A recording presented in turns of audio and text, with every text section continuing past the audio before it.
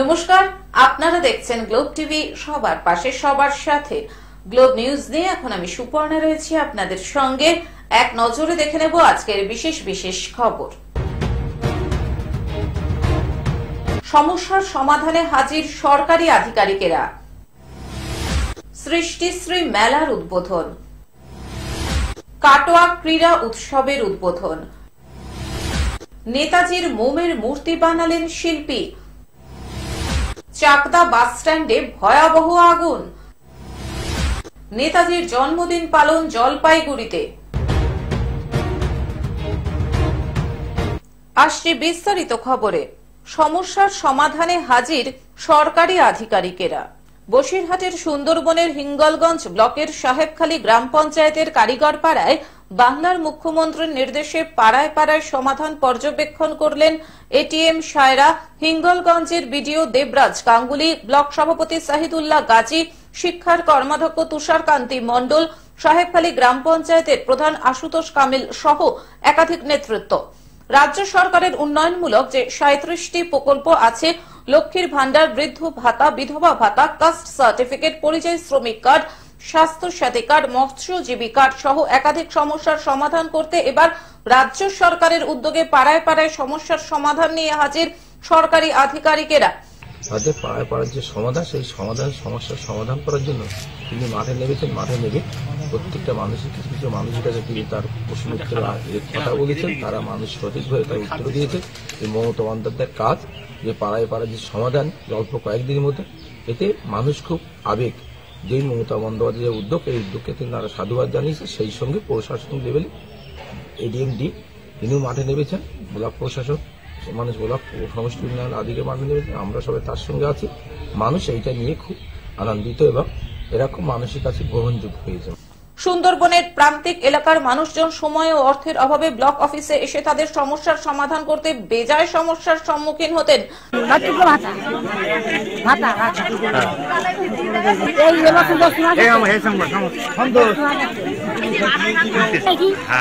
নামের ঘরপুর নাম আমার নাম বিলক্ষণ, সেখানে বিল্লক। যার কারণে রাজ্য সরকারের কোন উন্নয়নমূলক প্রকল্পের আওতায় তারা এতদিন ছিলেন না। তাই এবার সরকারি আধিকারিকেরা সেই সব গ্রামে গ্রামে ঘুরে সেই সব প্রান্তিক মানুষকে একাধিক প্রকল্পের সুবিধা পাইয়ে দিলেন। আমার বয়স হয়নি, দিইনি, এখন বয়স হয়ে গেছে, দিচ্ছি, সবাই পাচ্ছে, আমিও যেন পাই। এই আওতায় আসতে পেরে ব্যাপক খুশি প্রান্তিক এলাকার মানুষজন। লক্ষ্মীর ভান্ডার বা বিধবা পাওয়ার ফলে যে তাদের বন্ধ হয়েছে, এইরকম কোনো অভিযোগ আসেনি। বরং যারা এখনো পর্যন্ত এই পরিষেবার আওতায় আসতে পারেননি, তাদের এই রমাপুর কারিগরপাড়া স্পেশাল ক্যাম্প করে তাদেরকে বাড়িতে বাড়িতে আমরা যারা পঞ্চায়েত মেম্বার আছি এবং অন্যান্য সঞ্চালক প্রধান উপপ্রধান আছেন, তারা বাড়িতে বাড়িতে গিয়ে যারা পরিষেবার আওতায় এখনো আসতে পারেননি, তাদের কাছে আমরা কাগজপত্র নিয়ে যাতে এই পরিষেবার আওতায় আসতে পারে সেই ব্যবস্থা করেছি। বসিরহাট থেকে শ্যাম বিশ্বাসের রিপোর্ট, গ্লোব নিউজ। সৃষ্টিশ্রী মেলার উদ্বোধন। সৃষ্টিশ্রী মেলার আনুষ্ঠানিক উদ্বোধন হলো আজ বুধবার সকাল 11টা নাগাদ। উদ্বোধনী অনুষ্ঠানে উপস্থিত ছিলেন গ্রামোন্নয়ন ও বিকাশ দপ্তরের মন্ত্রী বেচারাম মান্না, রাষ্ট্রমন্ত্রী সাবিনা ইয়াসমিন, তাজমুল হোসেন, মালদা জেলা পরিষদের সভাধিপতি লিপিকা বর্মন ঘোষ, জেলা শাসক নিতিন সিংহানিয়া সহ অন্যান্য আধিকারিক ও জনপ্রতিনিধিরা। উত্তর দিনাজপুর, দক্ষিণ দিনাজপুর, মালদা, মুর্শিদাবাদ, নদিয়া ও হুগলি এই 6 জেলার প্রতিনিধিদের নিয়ে মেলার আয়োজন করা হয়। প্রদীপ প্রজ্বলন করে আনুষ্ঠানিক সূচনা করা হয় মেলার। মেলায় রয়েছে 41টি স্টল। জৈব সার দিয়ে উৎপাদিত সবজি, ফল প্রদর্শন করা হয় মেলায়। স্বনির্ভর গোষ্ঠীর হাতে তৈরি করা পিঠে পুলি সহ বিভিন্ন রকম খাবারের বিক্রি ও প্রদর্শনী হয়। শিল্পীদের হাতে তৈরি কাঠের সামগ্রী সহ বিভিন্ন খাবারের স্টল করেন গোষ্ঠীর মহিলারা। উদ্বোধনের পর মেলা ঘুরে দেখেন অনুষ্ঠানে আগত অতিথিরা।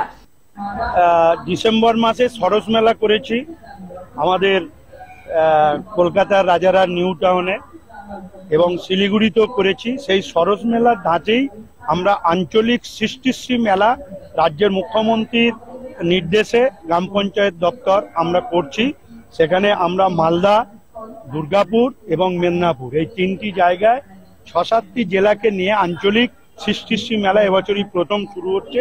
এবং প্রথম শুরুতেই আমাদের যেভাবে মহিলা, আমাদের এ রাজ্যে প্রায় 11 লক্ষের বেশি মহিলা টিম রয়েছে, গোষ্ঠী রয়েছে, যা 1 কোটির বেশি মহিলা অন্তর্ভুক্ত।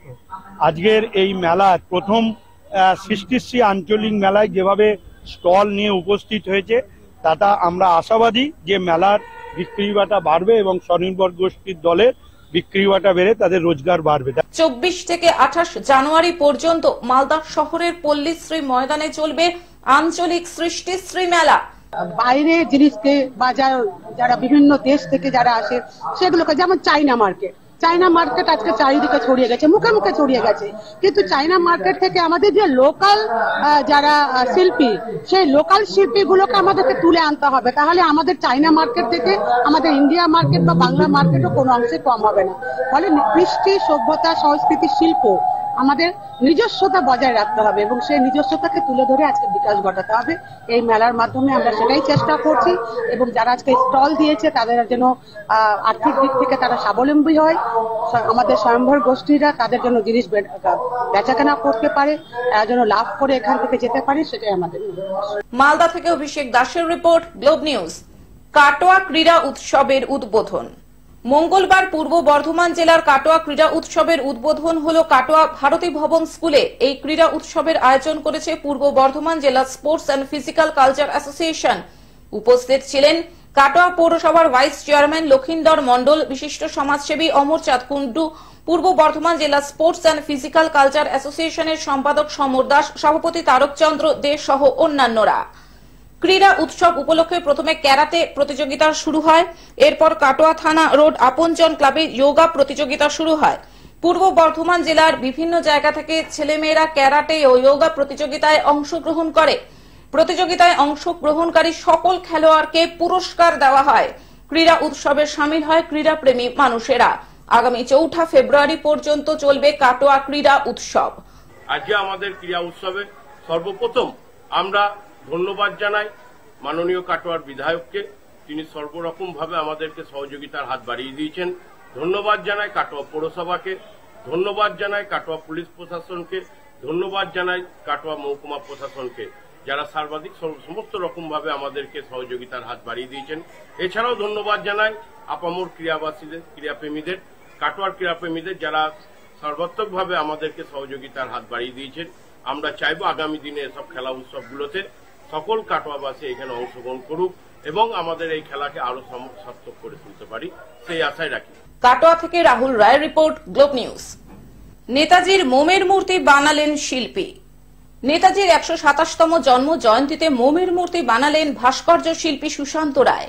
মঙ্গলবার সুশান্ত রায়ের শীষমহলের দ্বিতীয় ভাগের উদ্বোধন করা হল। এদিন এই উদ্বোধনী অনুষ্ঠানে উপস্থিত ছিলেন রাজ্যের মন্ত্রী মলয় ঘটক ও আসানসোল পৌর নিগমের চেয়ারম্যান অমরনাথ চট্টোপাধ্যায়। এদিন এই শীষমহলের দ্বিতীয় ভাগে দুটি মূর্তির উন্মোচন করা হয়।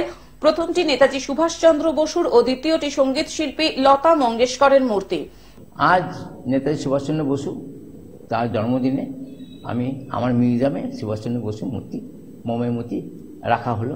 শুধু সুভাষচন্দ্র বসু নয়, উপরে শীষমহলও করেছি নতুন করে এবং লতা মঙ্গেশকরের মূর্তি বানিয়েছি। মন্ত্রী মলয় ঘটক বলেন, সুশান্ত রায় আসানসোলের গর্ব। আশা করি একদিন তিনি ভারত বিখ্যাত শিল্পী হবেন।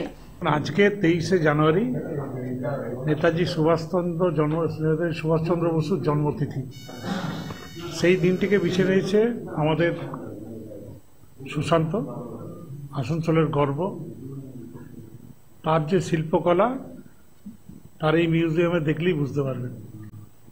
আজকে নেতাজির মূর্তি উনি বানিয়েছেন, তার উদ্বোধনে আমাদের ডেকেছিলেন। আমরা অভিভূত, এত সুন্দরভাবে তিনি কাজ করেন।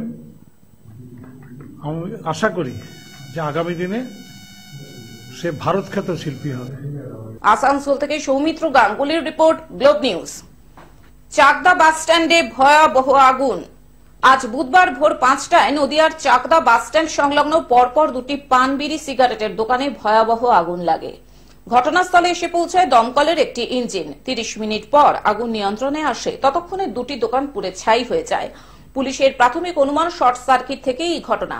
ঘটনাস্থলে উপস্থিত হন 15 নম্বর ওয়ার্ডের কাউন্সিলর সোমা হালদার, চাকদা ব্যবসায়ী সমিতির সম্পাদক বিশ্বনাথ দে হালদার, এছাড়াও 13 নম্বর ওয়ার্ডের কাউন্সিলর অধ্যাপক স্বপন গুপ্ত সহ চাকদা থানার পুলিশ প্রশাসনের আধিকারিকেরা। মানে এটা বলার কোনো ভাষা নেই। খুব মানে ব্যবসায়ীদের প্রতি যা ঘটেছে এখানকার, তারপরেও পার্শ্ববর্তী সমস্ত দোকানই পুড়ে যেত। এখানকার পথ চলতি মানুষ এবং টোটো ভাইরা পাশাপাশি থেকে যেভাবে সহযোগিতা করেছে, তাই আমাদের কিছু দোকান আমরা বাঁচাতে পেরেছি।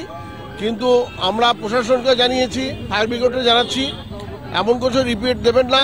এবং টোটালি আমার মনে হচ্ছে ইলেকট্রিক সাপ্লাই ডিপার্টমেন্ট থেকে যারা করছে তারা ঠিক কাজ করছে না। আমরা 80% তাদের আমরা দোষারোপ করছি। তাদের কাছে আমরা জানিয়েছি যত্রতত্র তার ফেলে রাখছে, খুব বিচ্ছিরি পরিস্থিতি, যে কোনো মুহূর্তে চাকদা ভস্মীভূত হতে পারে। তা আমরা বারবার বলছি একই কথা, তবুও আমরা এসডিওকে জানাবো, প্রশাসনকে মারফত চেয়ারম্যান আসছেন, ভাইস চেয়ারম্যান আসছে, আমরা দেখছি কি করা যায়, যতদূর কি করা যায়। 15 নম্বর ওয়ার্ডের কাউন্সিলর সোমা হালদার বলেন, দুটি দোকান পুড়ে ছাই হয়ে গিয়েছে। প্রশাসনের পক্ষ থেকে তাদের পাশে থাকার বার্তা দিয়েছি। আমি সকালে খবর পাই তখন আমি একটু ব্যস্ত ছিলাম, খবর পেয়েই আমি চলে এসেছি 4টার মধ্যে। এসে আমি দেখলাম, দোকানদারদের সঙ্গে কথা বললাম। তারা যেটা বললেন যে এই পোলে নাকি বাড়ির লাইন প্লাস দোকানের লাইন এক জায়গায় গিঞ্জি হয়ে, এদের অনেকবার বলার পরেও নাকি তদারকি করেনি। সেটা আমার নিজের চোখে দেখা না বা কেউ স্বচক্ষে দেখেনি এই পোল থেকে হয়েছে কিনা, কিন্তু সবার ধারণা এখানে মাঝে মাঝেই নাকি বৃষ্টি হলে আওয়াজ হয়, শর্ট সার্কিট হয়। সেটা পাবলিকের কথা, আমি নিজের চোখে যেটা দেখিনি সেটা তো আমি বলতে পারি না। হ্যাঁ, একেবারে নিশ্চয় হয়েছে, আমরা তাদের পাশে আছি। চাকদা ব্যবসায়ী সমিতির সম্পাদক বিশ্বনাথ দে হালদার বলেন, চাকদা বাজারে যত্রতত্র ইলেকট্রিকের তার বিভিন্ন পোস্টে জড়ো হয়ে রয়েছে, সেগুলিতে নজর দেওয়া দরকার ইলেকট্রিক সাপ্লাইয়ের। পুলিশ সূত্রে জানা গেছে, চাকদা বাসস্ট্যান্ড সংলগ্ন ফুটপাতে দুটি দোকানে আগুন লেগেছে। একটির মালিক দীপ্তি পাল, অপর দোকানের মালিক খোকন সাহা। এদের দুজনেরই লক্ষাধিক টাকার মাল পুড়ে ছাই হয়ে গিয়েছে। দোকানদার দীপ্তি পাল বলেন, এই দোকান থেকেই আমাদের সংসার চলে। আমার হাজবেন্ড অসুস্থ, আমার এই দোকান থেকে সংসার, আমার ওষুধপত্র সব চলে এই দোকান থেকে। ছেলে পেলে আমাদের নিয়ে সব আমাদের পথে বসিয়ে দিয়ে গেল। ঘুম থেকে ওঠার আগেই আগুনে পুড়ে ছাই হয়ে গেল সব, আমাদের পথে বসা ছাড়া আর কোনো উপায় নেই। অন্যদিকে দোকানদার খোকন সাহা বলেন, 50 বছর ধরে এখানে দোকান করে খাই। দোকানে দুটি ফ্রিজ, আসবাবপত্র সমস্ত কিছু পুড়ে ছাই হয়ে গেছে। যদি সরকারিভাবে কোনো সাহায্য পাই তাহলেই হয়তো বেঁচে থাকতে পারবো। আমি 5টার সময় ফোন পেলাম যে এরকম আমার দোকানে আগুন ধরেছে। আমি আসলাম, আসার সঙ্গে সঙ্গে তখনই ফায়ার ব্রিগেড ঢুকলো। ফায়ার ব্রিগেড এসে জল দিয়ে নিভালো। ততক্ষণে আমার দোকান পুরো শেষ, মানে কিচ্ছু নেই, সর্বস্ব শেষ।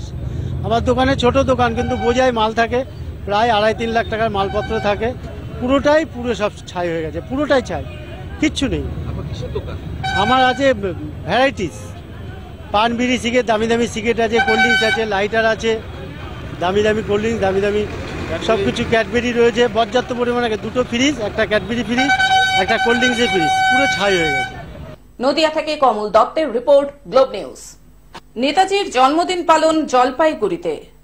23শে জানুয়ারি নেতাজির জন্মদিন। সেই উপলক্ষে মঙ্গলবার নেতাজি সুভাষ ফাউন্ডেশনে নেতাজি সুভাষচন্দ্রের জন্মদিনে বিভিন্ন অনুষ্ঠানের আয়োজন করা হয়েছিল।